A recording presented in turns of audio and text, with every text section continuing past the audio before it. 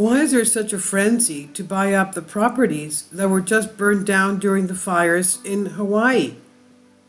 I wondered, most of these, the fire damage was in residences, but don't these people have fire insurance? Now, can you imagine, from what Michael Snyder is reporting, calling up a family that has just seen their home burned to the ground and offering to buy their land for below market value? This is apparently happening in Hawaii right now on a massive scale. Grieving property owners are being bombarded with calls from very greedy people, and I think that says a lot about the current state of our society. We literally worship material possessions and financial gain, and the sheer greed that we're witnessing at this moment is absolutely staggering. Lahaina was hit harder than anywhere else by the fires, and it turns out that the property owners in the area have been getting pressure to sell for a long time. So now that disaster has struck, those that wish to get their hands on these prime properties are in a feeding frenzy. One local resident made headlines all over the world after she posted a video about this.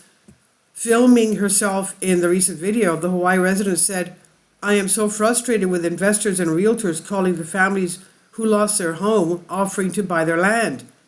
How dare you do that to our community right now? If you are a victim and they're calling you, please get their business name so we can put them on blast," she said. She claimed in the clip that she personally knows multiple families that were offered money from investors and realtors.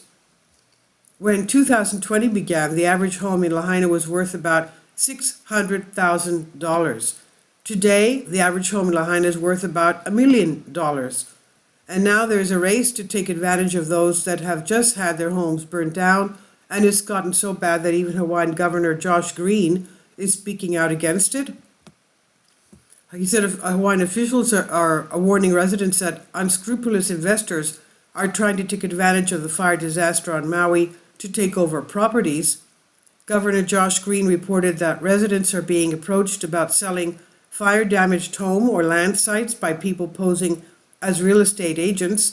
He said that people may have ill intent and issued a warning to scammers. "You would be pretty poorly informed if you try to steal land from our people and then build here," Green said in a press release on Monday. A lot of people applauded Green for taking a stand like that, but does he have another motive? Green has been captured on video saying that he is already thinking of ways for the state to acquire that land. What does that mean?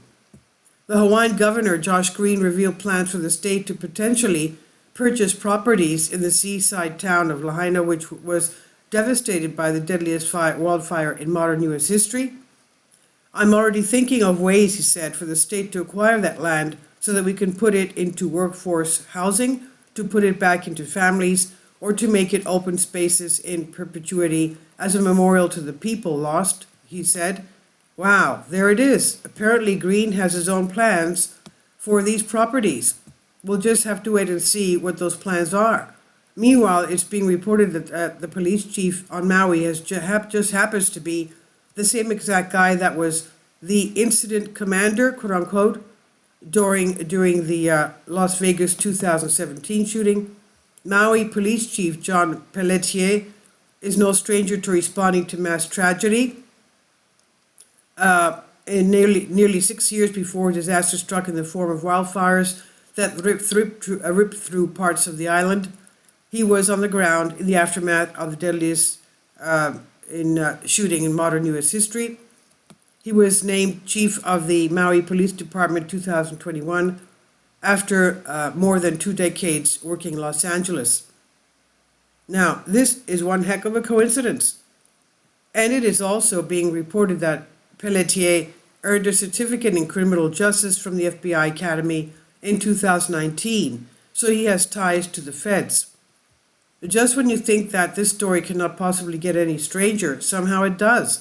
After being greatly criticized for lounging on the beach while the tragedy in Hawaii was unfolding, we are being told that Joe Biden is now considering a trip to see the devastation.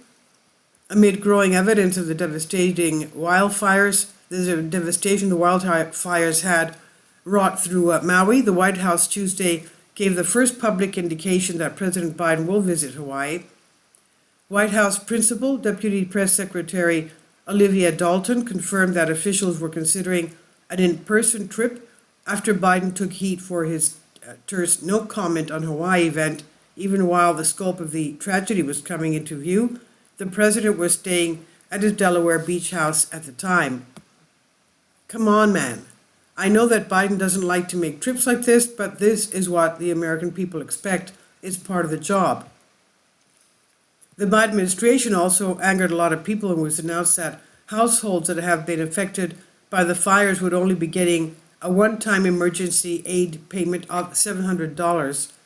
President Joe Biden is facing renewed criticism for his response to the devastating wildfires in the Hawaiian island of Maui.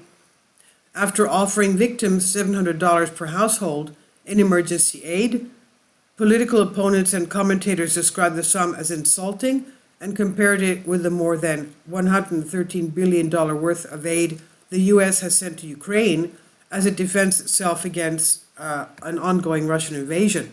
Seriously, after all that we've done for Ukraine, that's the best we can do for the people that have lost everything?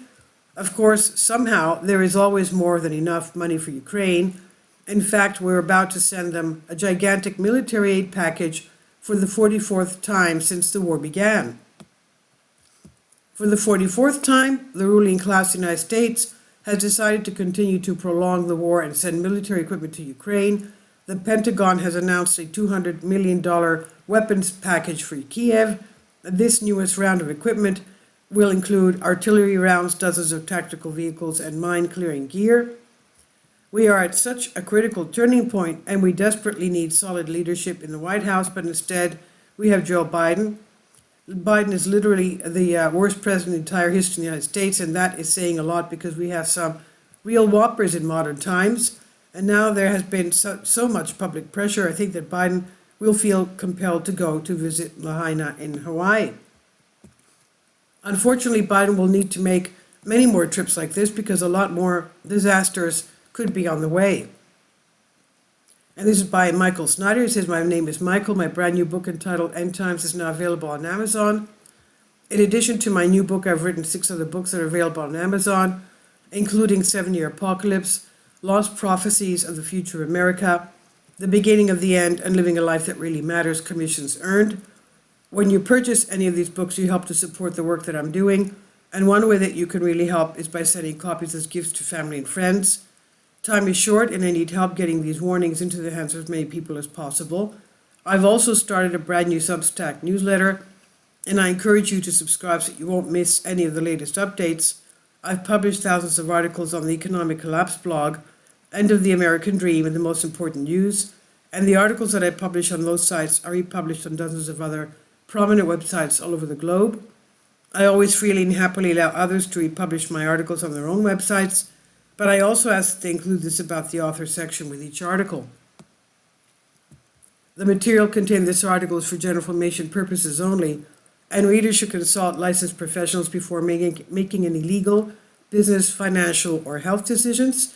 I encourage you to follow me on social media, Facebook and Twitter, and any way that you can share these articles with others is definitely a great help. These are such troubled times and people need hope. John 3:16 tells us about the hope that God has given us through Jesus Christ. For God so loved the world that he gave his only begotten Son, that whosoever believeth in him should not perish, but have everlasting life. If you have not already done so, I strongly urge you to invite Jesus Christ to be your Lord and Savior today. And this is by Michael Snyder on End of the American Dream. Please leave your comments, and thank you for your support. Finally, support my Patreon account. The daily posts are 5 videos daily, and they are totally different from what I have on my YouTube channel. Thank you so much for your support and that you find all my content so interesting. You'll find the Patreon account details in the description box below.